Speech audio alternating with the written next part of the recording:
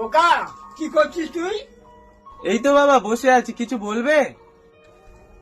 এই নে ধর, তোর জন্য একটা নতুন জামা কিনে এনেছি। বাবা নতুন জামা? হঠাৎ তুমি নতুন জামা কিনে আনলে আজ? আজ তো পয়লা বৈশাখ, তাই তোর জন্য একটা নতুন জামা কিনে এনেছি।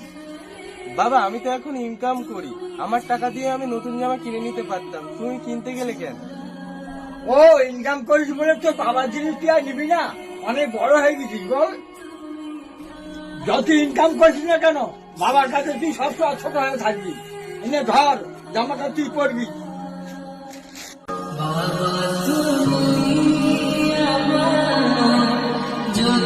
হ্যাঁ বন্ধুরা, আমরা যদি আমাদের জীবনও দিয়ে দিই না, তবুও বাবার ঋণ কোনোদিন আমরা শোধ করতে পারবো না।